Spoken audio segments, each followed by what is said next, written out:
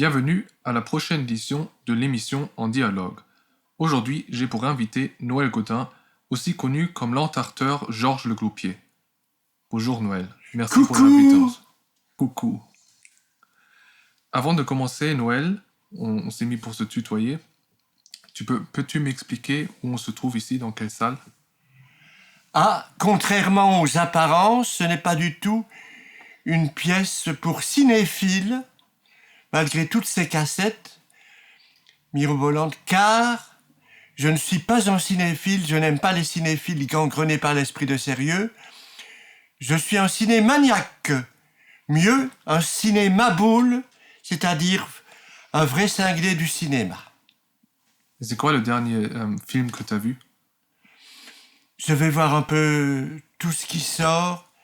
J'ai vu notamment, il n'y a pas si longtemps que ça, le livre d'images de Godard, qui est superbe. Et tu passes beaucoup de temps ici? C'est une des salles dans ta maison où tu passes le plus de temps? Oui, tu travailles ici? Je visionne beaucoup, mais très volontiers en accéléré. La plupart des films des 30-40 dernières années sont assommants et il vaut mieux les survoler plutôt que de naviguer à l'intérieur. Noël, j'ai un peu des difficultés à te catégoriser. Est-ce que tu peux juste expliquer au public qui ne te connaît pas qui est Noël Godin? Comment... Mais je me veux un farceur-attrapeur déchaîné. C'est-à-dire que depuis une 50aine d'années, j'ai déclaré la guerre à toutes les autorités constituées ou non, et je suis parti en guérilla contre l'esprit de sérieux qui sodomise tout actuellement. Et tu peux peut-être expliquer comment ça a commencé?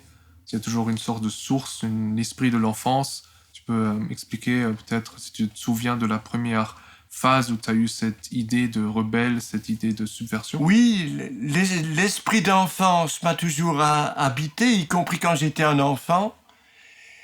Et l'illumination a été un beau jour, qu'il y avait une projection à Liège, en Belgique, au Collège des Jésuites de Saint-Servais, projection du film Les Oiseaux d'Hitchcock. Je suis dans la salle avec une dizaine de petits camarades munis de mystérieux sacs. La projection commence et au moment où de hargneux volatiles tourbillonnent au-dessus d'enfants et plongent sur eux pour les mettre à mal, sur le balcon où je me trouve avec mes copains, nous ouvrons notre sac, on en sort des volatiles vivants. On jette ces oiseaux dans la salle, c'est la panique. La lumière se fait, les jésuites courent après les oiseaux. Et on s'est rarement autant amusé. 48 heures après, ça faisait la une de la Gazette de Liège.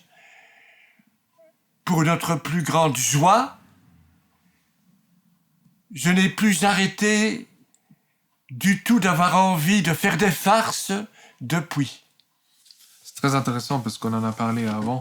Parce que je pense pour bien comprendre Georges Le Gloupier et ce théoriste pâtissier, peut-être mieux comprendre ce que tu as déjà évoqué dans ton enfance. Donc tu avais t'étais différent des autres, si je comprends bien.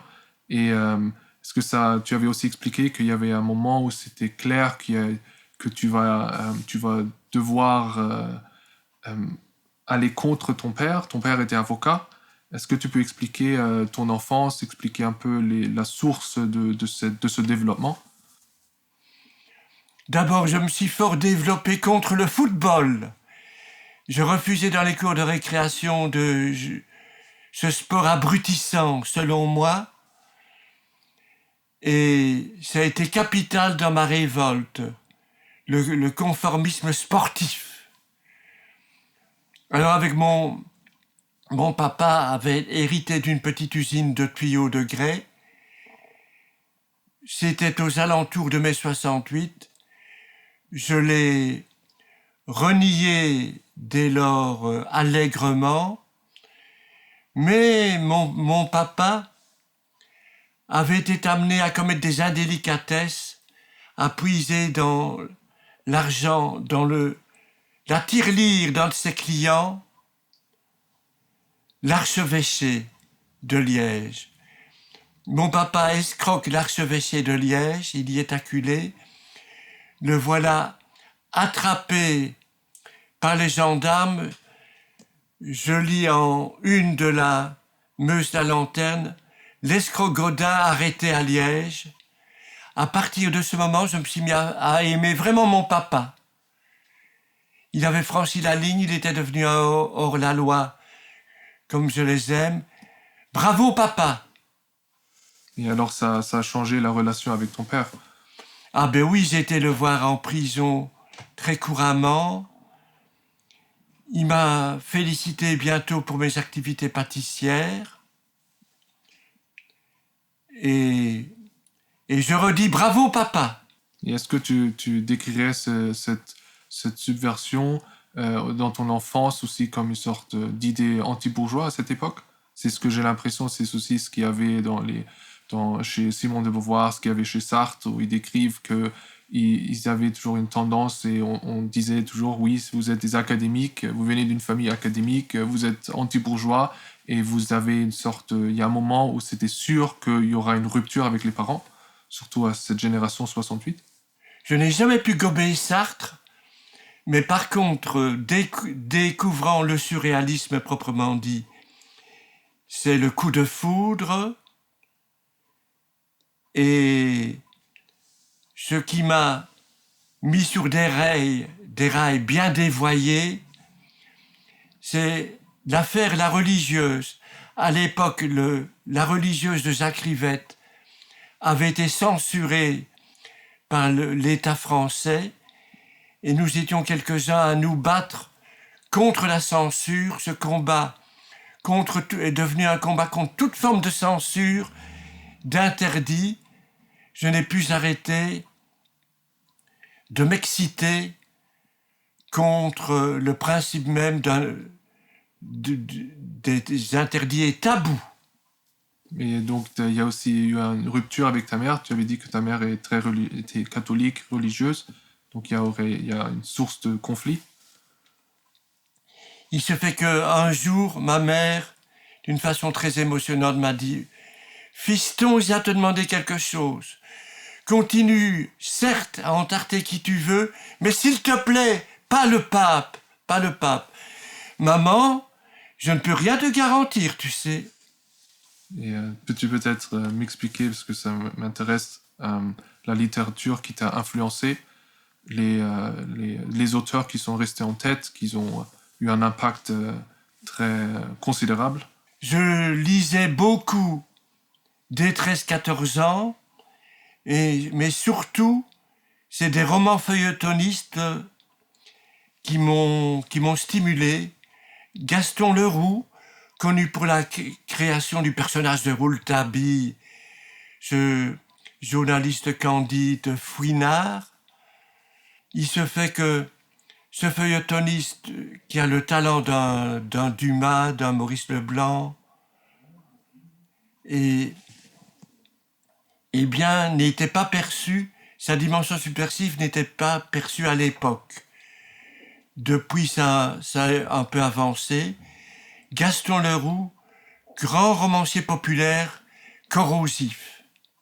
Mais tu as trouvé où ces livres? C'était dans la bibliothèque, tu allais acheter, comment tu savais quoi lire? Comment tu as choisi? Je ne voulais pas encore des livres à l'époque, donc j'allais dans la bibliothèque paroissiale où il y avait la plupart des Gaston Leroux. Et après, tu as eu aux sources d'influence, tu avais parlé que tu avais lu Thoreau. Est-ce que tu peux m'expliquer peut-être quels sont les auteurs qui ont eu une influence dans cette anarchisation peut-être? Ben, j'ai rencontré plein d'auteurs anarchistes comme Thoreau, mais la plupart d'entre eux, je dois bien avouer, avaient quelque chose de barbant, de missionnaire. Et Thoreau est un type très très très bien, mais très répétitif. Il écrit, ça devient de la diarrhée littéraire. Kropotkin aussi. Mais à côté de ça, il y a plein d'auteurs subversifs magnifiques que j'ai rameutés dans mon anthologie de la subversion carabinée, qui est un feu d'artifice de mes préférences anarcho-littéraires. Donc si je comprends bien, il y a cette partie subversive, et d'un autre côté, c'est aussi cette partie... moi, j'avais parlé de Beat Generation, mais tu avais dit que ils se prenaient trop au sérieux, et tu disais que tu avais plutôt une influence par des hippies aux États-Unis. Est-ce que tu peux peut-être expliquer cette partie des hippies et qu'est-ce que c'est exactement? Ah, les hippies avec un Y, Oui. C'est mon axe de référence principal. Dans les années 68-69 à San Francisco, c'est la grande révolte ludique menée par Abbie Hoffman et Jerry Rubin, qui n'en sont pas les leaders car ils refusent tout principe d'autorité même, mais les fers de lance, disons. Les hippies proposent de mener la guérilla contre les lois et toutes les normes et toutes les formes d'autorité de façon guillorette et inattendue.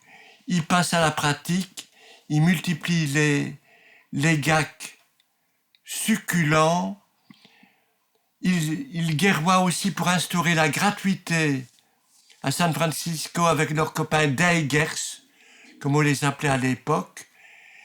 Et ce qu'il y avait d'extraordinaire chez les hippies, c'est que tout était subversion chez eux. Leurs combats, mais aussi leurs amours, leurs plaisirs, leurs provocations, dans une joie de vivre épastrouillante. Est-ce que tu étais déjà aux États-Unis et tu as pu rencontrer des gens de cette génération, des hippies? Je ne les ai pas rencontrés, je les ai lus. J'ai lu tout ce qui avait été... Je ne connais pas un mot d'anglais. Donc tout ce qui a été traduit, dont leur manifeste incandescent « Do It », qui est l'appel à la révolte immédiate le plus pimenté que je connais. Donc do it, ouais, il faut le faire au lieu de parler. J'ai bien compris le message. C'est tout à fait ça. Assez de blabla aux actes, à l'action, action directe. Et Dans l'inventivité, soyons tripiaux, allons-y, passons à la contre-attaque. mais avant de devenir Georges Lecoupier, donc passer à l'action, tu étais journaliste. Est-ce que tu expliquais à cette époque, tu avais 20 ans, 25 ans, tu as commencé à écrire, tu as commencé à publier quelque chose. Est-ce que tu peux expliquer cette phase avant que Georges Lecoupier existe? Oui, parce que si j'étais journaliste, c'est un faussaire total et impénitent. C'est-à-dire que j'étais titulaire de 8 rubriques dans notre journal belge de cinéma Amis du film et de la télévision, et qu'à ce moment-là, je trouvais déjà que je travaillais pour une bande de connards moralisateurs. J'ai saboté méthodiquement mon rôle de critique en inventant un maximum de cinéastes. D'autre part, je donnais des informations totalement erronées sur le monde du cinéma, sans avoir le moindre ennui. Je n'en ai jamais eu, ça n'aurait pas pu se faire très longtemps en France, mais en Belgique, ce petit jeu a duré des heures. J'ai notamment inventé le personnage de Viviane Pey, une cinéaste thaïlandaise réalisant les films les plus beaux du monde alors qu'elle est aveugle. Eh bien, un vrai spécialiste du cinéma, Pierre Gall, est parti en Thaïlande à sa recherche pour l'interviewer. Il est rentré fou furieux. Il m'a agonie d'insultes, mais ne m'a pas dénoncé. J'ai inventé, avec mon ami bordelais Jean-Pierre Bouixou, près de 80 cinéastes, dont je donnais régulièrement des nouvelles. J'avais des grands diagrammes pour m'y retrouver moi-même dans ce fatras de films. Et Jean-Pierre Bouixou et moi, nous avons inventé, enfin c'est Jean-Pierre le premier, moi je me suis rallié à lui, le personnage de Georges Legloupier, une sorte de puits de science complètement chabraque, inventeur du champion de patin à roulettes notamment, et un inventeur totalement facétieux. Et nous avions inventé, Jean-Pierre et moi, que Legloupier était parti en croisade pâtissière contre les personnalités qui l'énervaient le plus. C'était entièrement faux, mais c'était pris pour argent comptant. Donc les premiers attentats pâtissiers étaient des faux, n'existaient pas. Donc si je comprends bien, parce que c'est quand même vraiment fou cette histoire, t'as travaillé comme faux journaliste, comme critique de films, et t'as inventé des films qui n'existent pas, inventé des caractères qui n'existent pas, et ce qui est donc, et ça montre aussi à quel point les médias n'ont pas vraiment fait leur travail. Parce que toi, tu as fait ça d'une façon volontaire, donc tu savais ce que tu faisais, mais les médias ou les autres journalistes, les vrais journalistes, entre guillemets, qui ont repris ces histoires, ben, ils ne les ont pas bien recherchées, ils n'ont pas bien vu que c'était des fausses histoires, si je comprends bien. Donc tu as montré aussi la face des médias à cette époque. Donc il y avait déjà une sorte cette imagination pour pouvoir inventer toutes ces histoires, c'était déjà la base pour après pouvoir continuer avec Georges Legloupier. Comment étaient les réactions à cette époque sur ce travail imaginaire de caractère cinématographique? Mais il n'y avait aucune réaction car tout était pris au sérieux. Et puis comme nous avions inventé que Robert Bresson avait été entarté, que Marguerite Duras, pour venger son ami Robert Bresson, avait surpris Georges Legloupier sur la terrasse du Flore à Paris, l'avait entarté, que la réaction de Legloupier aurait été « Madame, je préfère votre pâtisserie à votre littérature ». Sur ce, nous apprenons que Marguerite Duras vient présenter à Louvain au Challenge des cinémas d'art et d'essai son film « Détruire », dit-elle. Nous buvons de la Haute Game, Jean-Pierre et moi, une bière artisanale explosive qui nous fait décider de passer à l'attaque pâtissière dans la réalité. Nous sommes à Louvain, Legloupier est là, en l'occurrence moi, cette fois-ci, mais ça sera d'autres fois Jean-Pierre Bouixou, je suis en smoking, j'ai un beau nœud papillon, j'ai une fausse barbe. Certains ont même dit une magnifique perruque. J'ai été vexé parce que c'est ma coiffure naturelle. Donc en fait, t'es pas... Alors, Marguerite Duras est entartée à Louvain. Ça fait toute une histoire. Ça fait la une des quotidiens belges. C'est l'ivresse dès lors. Plus moyen d'avoir envie d'arrêter. Donc, si je comprends bien, Marguerite Duras a été entartée 2 fois. Une fois de faux, une fois de vrai. Mais quand c'était... Ça, c'est bien raisonné. Mais si la première fois, une de faux, elle n'a pas réagi?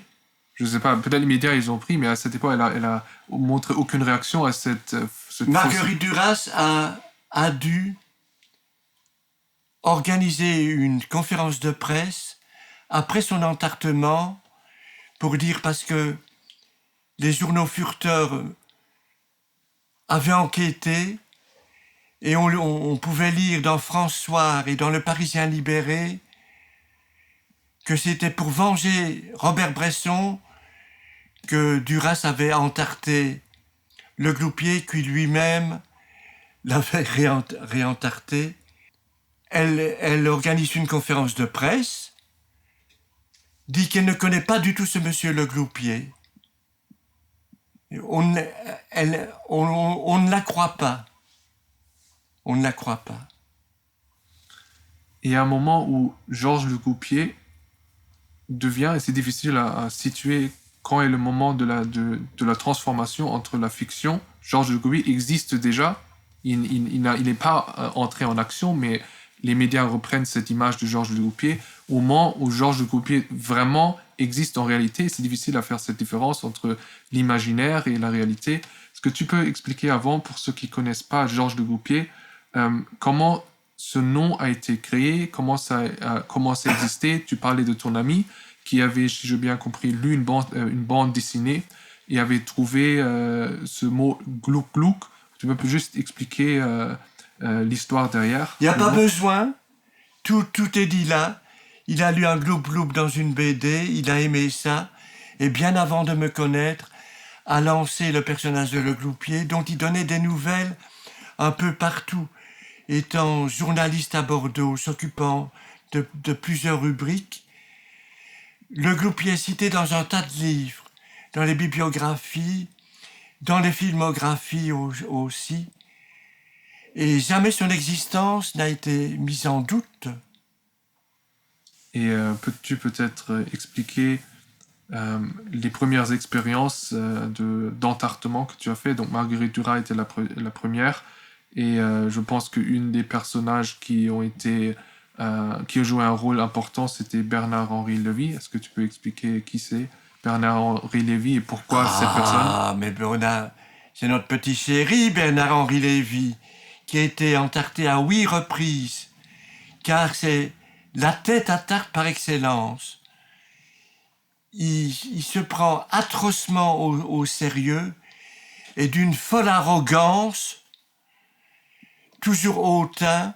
Vous ne pouvez pas vous imaginer le nombre de chauffeurs de taxi et de barmen qui m'ont dit par après, on l'a côtoyé, il nous prenait de haut.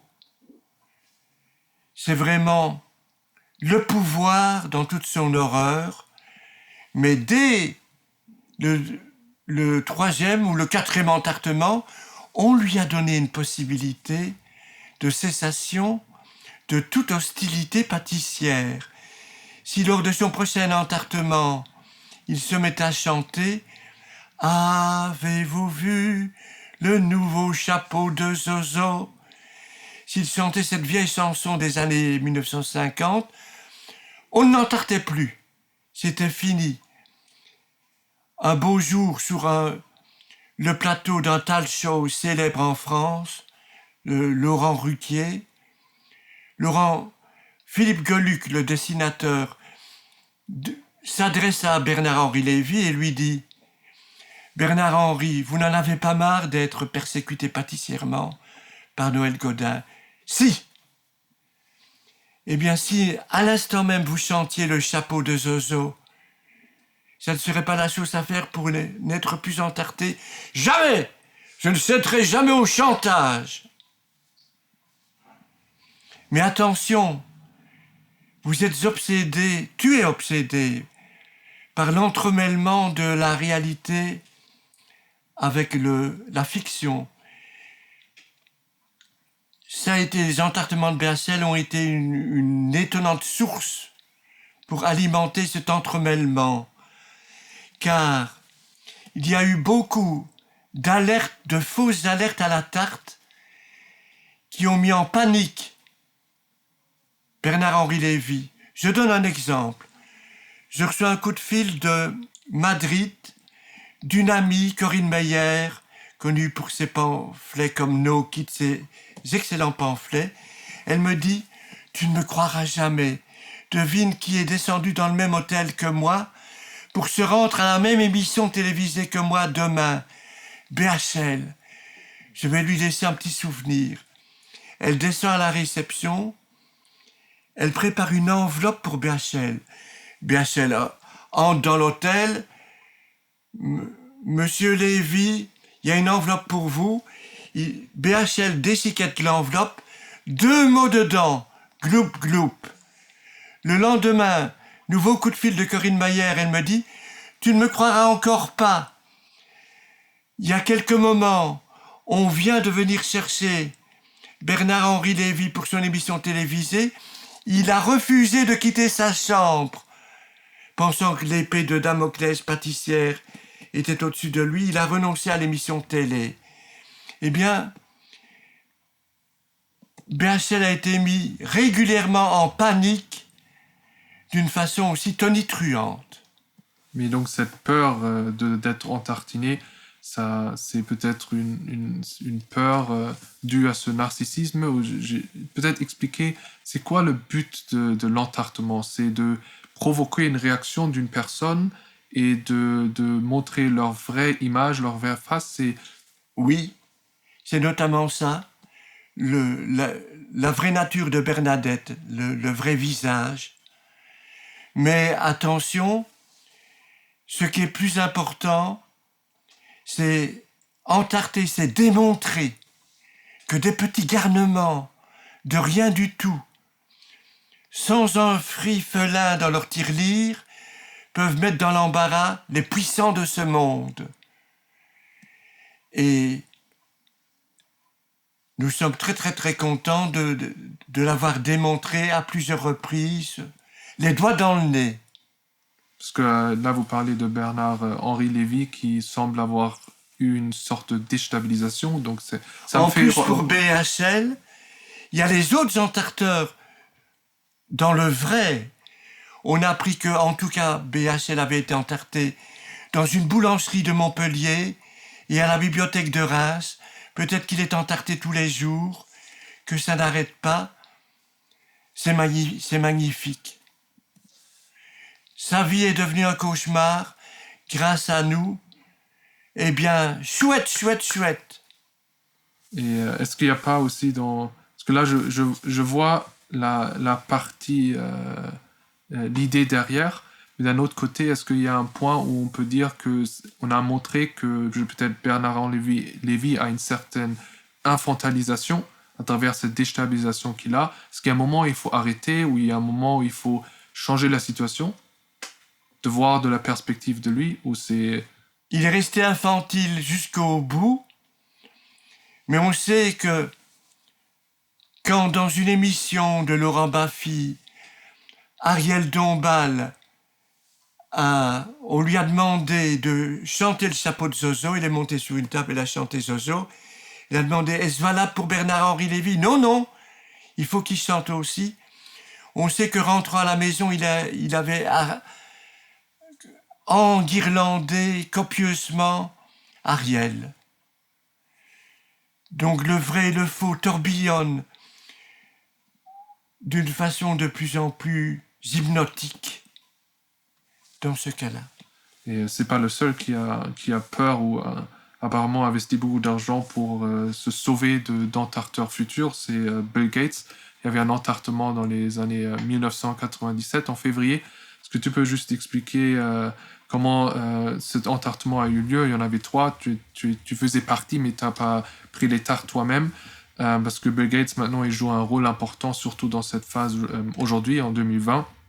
Donc, quel est ton avis sur Bill Gates? A-t-il changé les dernières 20 années? Alors, il est bien pire qu'avant, je pense, je suis sûr, mais dès cette époque de son entartement, nous nous sommes expliqués par un petit poème en alexandrin durant son entartement. Il se fait que, très régulièrement, lorsque nous entartons une gloire du jour, nous expliquons le méfait par un petit poème en alexandrin parfait. Et en l'occurrence pour Bill Gates, tout est dit comme d'habitude, en quelques mots. Entartons le polluant pognon. Tout est dit et ça rime parfaitement. Et aujourd'hui, alors, tu entarterais Bill Gates à nouveau? Ce serait possible, alors. Et en quoi ça s'est aggravé? Qu'est-ce qui a changé? Oui, mais ce n'est pas évident quand Bill Gates est revenu à Bruxelles. J'étais suivi 3 semaines avant dans mes moindres déplacements. Sylvie, mon amoureuse pivotale aussi. Et il se fait que, sachant que le palais Egmont, où il allait rencontrer une nouvelle fois la crème de nos ministres belges, était fliqué à mort. Je m'y rends avec dans une voiture de la RTBF, la télé belge. J'ai avec moi un carton à gâteau, rigoureusement vide. J'arrive devant le palais Egmont, je me demande combien de pas je vais pouvoir faire sans être arraisonné. La réponse est aucun. J'ai mis un doigt de pied hors de la voiture quand des flics me tombent dessus, confisquent le carton à gâteau, l'ouvrent, ne trouvent rien dedans et me mettent en état d'arrestation immédiat. On me flanque dans une cellule en m'enlevant mes lacets pour que je ne me suicide pas, pour que je ne me pende pas. Pour une boîte vide, en effet. C'était une boîte vide. Mais est-ce que tu as eu d'autres expériences avec la police ou des procédés pénals? Aux États-Unis, il y en a eu des gens qui sont allés en prison. Est-ce que tu peux expliquer s'il y a eu des... Nos amis, car l'international pâtissière existe, nos amis américains des BBB, Biotic Baking Brigade, n'ont pas arrêté d'entarter des cracks très puissants aux États-Unis, dont le directeur de Monsanto et l'inventeur, en quelque sorte, des multinationales, Milton Friedman. Après l'entartement du maire de San Francisco, Willie Brown, connu pour ses répressions anti-SDF, les entarteurs sont catapultés en tôle 6 mois ferme. On a eu plus de chance en France. D'abord, une de nos victimes, le ministre de la Culture à l'époque, je crois. Oui, c'était de la Culture. Philippe Douste-Blazy est entarté, il porte plainte. L'entarteur, mon ami, le cinéaste Yann Bucois, se retrouve devant les tribunaux. Et notre avocat de la défense explique à la présidente de la cour qu'il s'agit d'une vieille coutume belge d'entarter les fâcheux. Ah bon, dit la présidente, acquittement. Le gouvernement français va en appel, nouvel acquittement. J'ai moins de chance quelques années après l'entartement de Jean-Pierre Chevènement, ex-premier ministre et ministre de la Justice. Je me retrouve au tribunal de première instance de Paris. La salle est pleine à craquer. Le procès est à mourir de rire. Chevènement est là. Et Chevènement explique à la barre qu'il aurait préféré recevoir des crachats en plein visage, ou des coups de poing, ou un pétard agricole corse, plutôt qu'une tarte à la crème, que c'est une catastrophe pour son image. Donc, Jean-Pierre Chevènement parle comme aurait pu le faire Debord de la catastrophe pour son image, qui est cette souillure qu'il n'a pas pu supporter, qui vit très très très mal. Il nous attribue même sa défaite électorale. C'est en toutes lettres. Je n'exagère pas. Mais comment c'était alors quand tu étais devant le juge? C'était plein, mais ça doit être vraiment une situation absurde. Complètement absurde. Il y avait 3 juges, implacablement sérieux. Ils n'ont souri à aucun moment, alors que la salle d'audience était remplie de journalistes de tous les bords. Et ce qui était caractéristique, c'est que même la presse de droite était pour moi. Tous, je n'ai eu que des bons articles, et ils riaient beaucoup. On était à 2 doigts d'évacuer la salle. C'est toujours bon signe quand on veut évacuer une salle. Alors si je comprends bien, même dans les situations sévères ou même devant le juge, c'est le principe. Ça me semble que ça montre toute une absurdité du monde. Totalement. L'absurdité du monde. Nous sommes condamnés. Il faut sortir des sous, on n'en a pas. Sylvie et d'autres amis organisent à Bruxelles une gloup-gloup party dans une salle à la mode, un bar à la mode où on ne va jamais, d'ailleurs le Mirano. 1 millier de personnes environ viennent par solidarité avec nous, la recette est pour nous. Des people nous apportent des lots pour la vente aux enchères et pour la tombola. Benoît Poulvorde nous offre le script original de C'est arrivé près de chez vous. Et Lio nous offre sa petite culotte bateau mythologique qui part très aux enchères. En 3 heures, on a réuni la somme, on peut recommencer.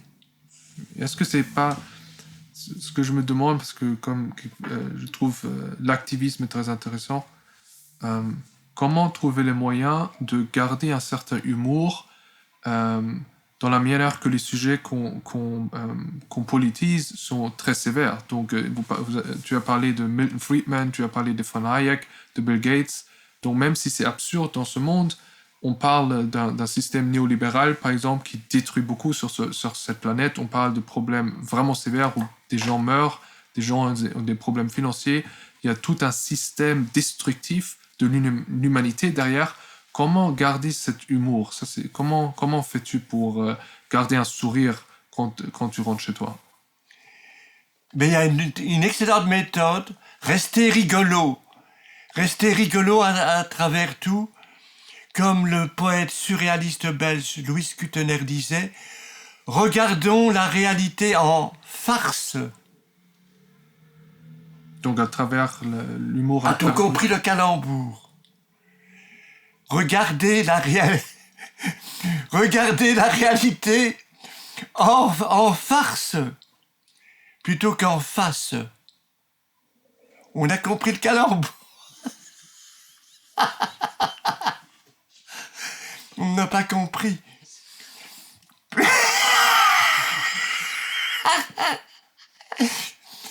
Regardons la réalité.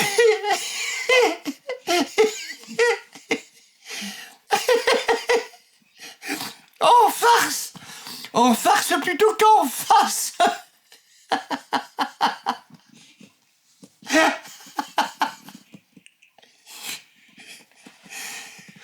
Ça fait du bien.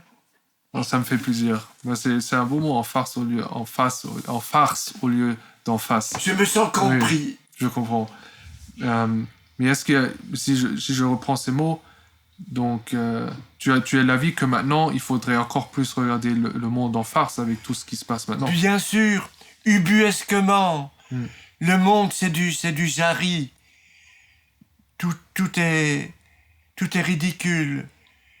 Et n'oublions pas que comme disait très bien Jacques Prévert, dans la vie, il faut se contenter de beaucoup et beaucoup rire. Et à travers tout. Et tu auras quoi comme message à la génération du futur qui va rencontrer de sévères problèmes politiques, humanitaires, climatiques? Quel est le message que tu peux donner à eux? Les fistons, passer à la contre-attaque d'une façon très concrète, mais en rigolant comme des baleines. Faisons rire ceux qui en sont encore capables de rire autour de nous. Inventons des facéties irrésistiblement burlesques. À l'attaque, à la contre-attaque. Alors, si je comprends bien, prendre l'action, ça doit être aussi changer le langage, parce que je vois dans tes livres et de la façon dont tu t'exprimes que tu joues aussi avec les mots. Donc, il y a tout un langage burlesque, tout un langage humoristique, tout un langage qui est possible. Donc, comment tu as fait pour changer ce langage? Comment tu utilises les mots? Il s'agit de réinventer spontanément le langage. Par exemple, gloupinesque. Notre croisade est gloupinesque. Ça vient de gloup-gloup. Gloupinesque, ouais. On peut dire aussi gloupitant. Mais ça se répand. C'est gai quand ça se répand. Même les mots entartés, entarteurs, En tartinage. n'étaient pas dans le dico. Maintenant, ils le sont. Oh, nous contribuons à l'amélioration de la langue française. Mais est-ce que c'est intéressant parce que le moment où un mot devient dans le dictionnaire, ça a une sorte institutionnalisation, ça invite à inventer encore d'autres mots, non? Oui, et Plus c'est le- pour ça qu'il dès que le faudra... mot est dans le dictionnaire, il faut qu'on crée des nouveaux. c'est Absolument, et c'est pour ça qu'il faudra entarter en son heure tous les membres de l'Académie française d'un seul coup. Pouf, pouf, pif, paf. pour que le langage change et pour que... Oui. Faudra recueillir leurs réactions. Noël, est-ce que tu as encore un projet pour le futur? Tu voudrais faire un film ou écrire un nouveau livre ou changer le langage une nouvelle fois? Eh bien, il s'agit de repartir en guérilla Chantilly. Repartir et profiter du fait que je me sens de plus en plus mal. Je ne sais pas, j'ai le Parkinson. Je ne sais pas durant combien d'années je pourrais encore cheminer, mais j'attends avec impatience le moment où je serai en fauteuil à roulettes, car ça facilitera mon escalade vers le pape. Le pape, si je ne m'abuse, embrasse des déshérités. J'en serai un. Et de mon fauteuil à roulettes, je sortirai une arme du crime spratieuse. Spratch, spratch, spratch, sur le taré-tiaré. Est-ce que tu aimes bien manger des tartes? J'adore tout manger, tout ce qui est sucré ou salé, tout ce qui est bon, mais y compris les tartes. Seulement, j'ai mangé peu de tartes ces dernières années, car quand nous ratons notre attentat pâtissier, nous mangeons la tarte, mais notre taux de ratage gloupinesque est bien bas. Est bien bas. On se dit chaque fois que ça va rater une fois de plus et nous réussissons encore notre dernier coup. C'est notre fatalité enjouée. Comment tu as fait pour utiliser l'improvisation? Parce que je trouve ça vraiment impressionnant. Tous les nouveaux mots que j'ai pu apprendre, tous les changements, les gloupinesques. Mais ça, c'est l'art derrière les mots et ça change tout. Ça vient tout seul. Si on laisse aussi, il faut lâcher un peu. Il faut un peu lâcher. Tu vois, c'est la solution. Lâchons. Lâchons, ouais. Comment est-on inspiré quand on écrit un texte ou autour d'un film? Ça vient ou ça ne vient pas? En l'occurrence, c'est venu tout seul. Comment t'as fait pour lâcher? Rien de plus simple. J'ai lâché. C'est la solution à tout. Lâchons, lâchons, lâchons, lâchons. Mais je tiens, dans cet état d'esprit, à applaudir la relève de la subversion humoristique. Nos amis pétroleuses du collectif anonyme multiplient les gags étourdissants. Je vous donne un petit exemple. Noël approche.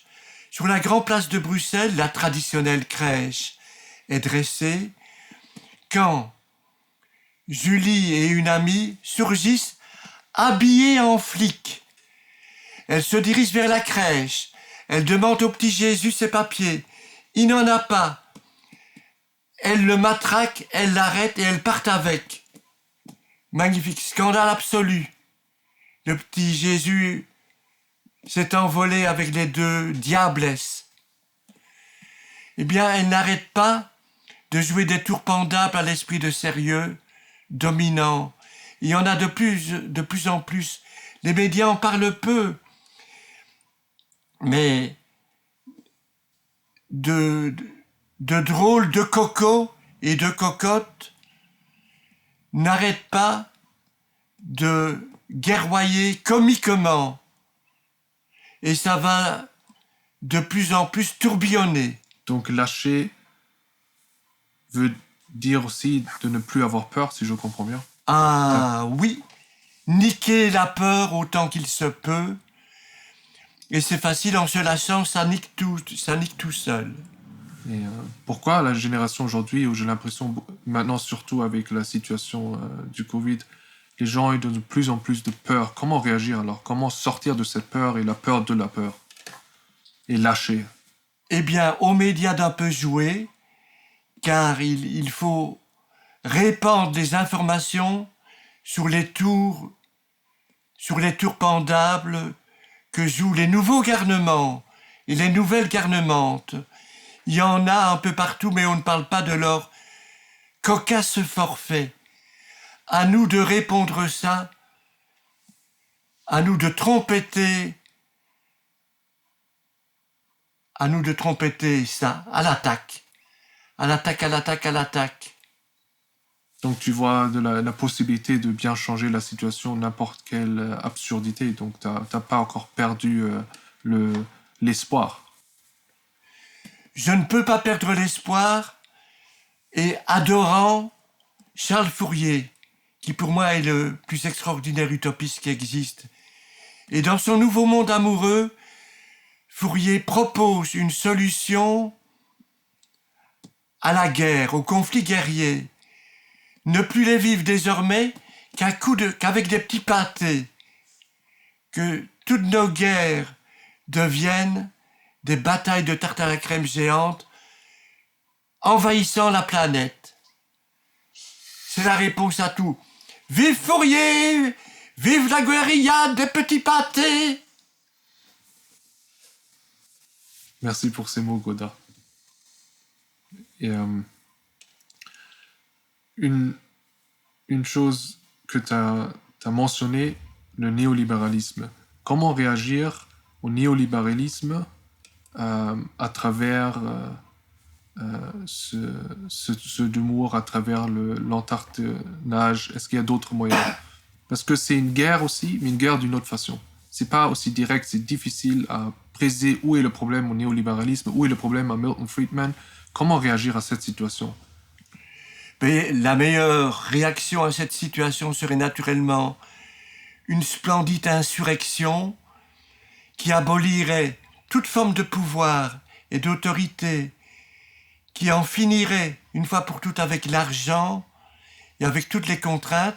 Ça va peut-être arriver si tout d'un coup les rebelles sont plus nombreux que les gardes de Siurme.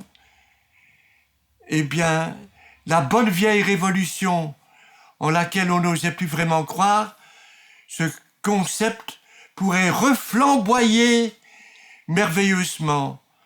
Vive la révolution, dans le fou rire, évidemment. Est-ce que tu vois, par exemple, les nouvelles technologies comme moyen de liberté, comme moyen de lâcher et de rentrer en relation? Tu avais expliqué que partout dans le monde, tu reçois des lettres, des écrits de petites révolutions. Est-ce que tu vois une chance derrière, ou tu vois aussi le problème qu'il y a un moment, ça pourrait arrêter la liberté d'Internet? La vraie réponse est peut-être que globale. Un soulèvement collectif contre l'ennemi multinational. Mais en attendant, semer l'esprit coquin, semer l'esprit polisson, systématiquement, tuons par le ridicule les pouvoirs constitués. N'arrêtons pas de nous foutre de leur gueule. Et ça peut marcher. Ça peut devenir une nouvelle forme d'épidémie. Une épidémie hilarante. D'ailleurs, je crois que les flics, dans leur répression contre les anti-masques, ont tendance de plus en plus à confisquer les capsules de gaz hilarant. Là, ouvrons les capsules de gaz hilarant, répandons partout le gaz hilarant, devenons nous-mêmes un satané gaz hilarant. Merci pour cette conversation, Noël. Et n'oublions pas, entartons les pompeux cornichons. Gloup, gloup, gloup, gloup, gloup.